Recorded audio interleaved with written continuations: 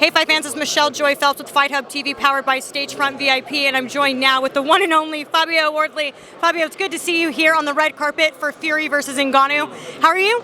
I'm great. Happy to be here. Happy to be a part of the occasion. How's things with you? All good? Yeah, I'm good, thank you. Fury versus Ngannou. Not exactly the fight that we anticipated to have next for Fury. We obviously wanted Fury versus USIC, but here we are.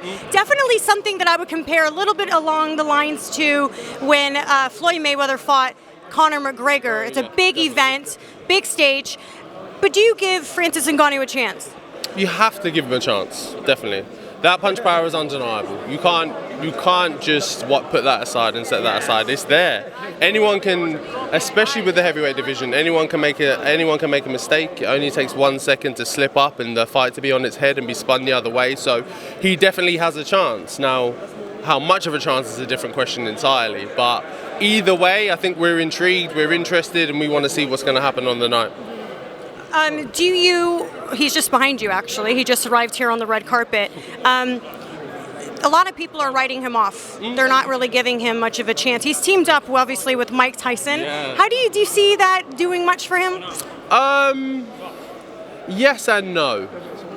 I think the confidence of having Mike Tyson in your corner, someone who's been, seen and done it all, will do something for you. Stylistically, I don't know if how that's going to work, how he's going to try and get into box or what he's going to do, or even how much actual input he would have on that.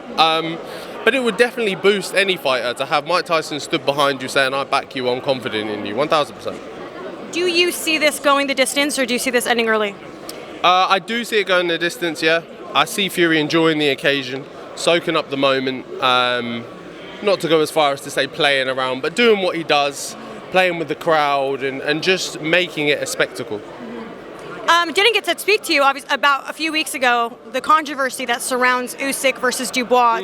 Dubois' team, as of today, or actually yesterday, just announced that they did make the appeal. What was your thoughts on the low blow? Did you see it that way, and what do you think of them appealing it? I did, yeah. I did feel it was low. I did feel that punch was low, but it's one of those ones, isn't it? I think it was marginal either way. I don't think it was extremely low. I don't think it was extremely clear either. I think it was on the line, but I think it was low enough for it to warrant, I don't know if I'd say that much of a reaction, but a reaction nonetheless. But either way, I still think the outcome would have been the same. I think if it was called legal, I think Usyk would have got back up. He would have survived the round, used his minute, and then I think he would have continued on with the job he was doing, which he was pretty comfortably winning. Usyk versus Tyson Fury. Based on each of their last performances, how do you see that going?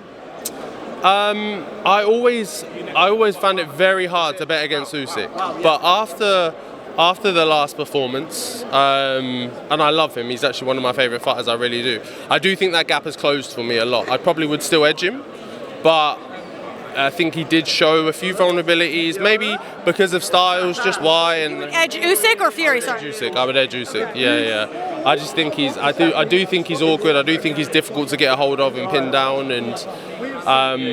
But again, styles make fights. You never know how it plays out. So regardless, I'd be dying to see it.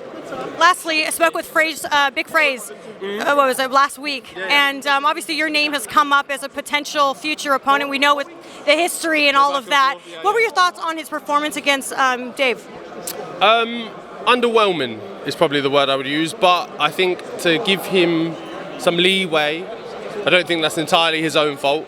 I think the opponent-wise made it difficult for him to look any good, really. I think Dave went in there with a plan to make it scrappy, make it ugly, and come in on the back end. But I think quickly realised that he's not really there for it anymore, especially not at that level anyways, not with a competitor like Fraser. So I think he's not obviously going to get any credit for it, but I think he needs to really move himself into them fights that will start giving him credit, just because otherwise he's just going to get so much backlash. It's just going to maybe even push him away from the sport where he just doesn't want to do it anymore.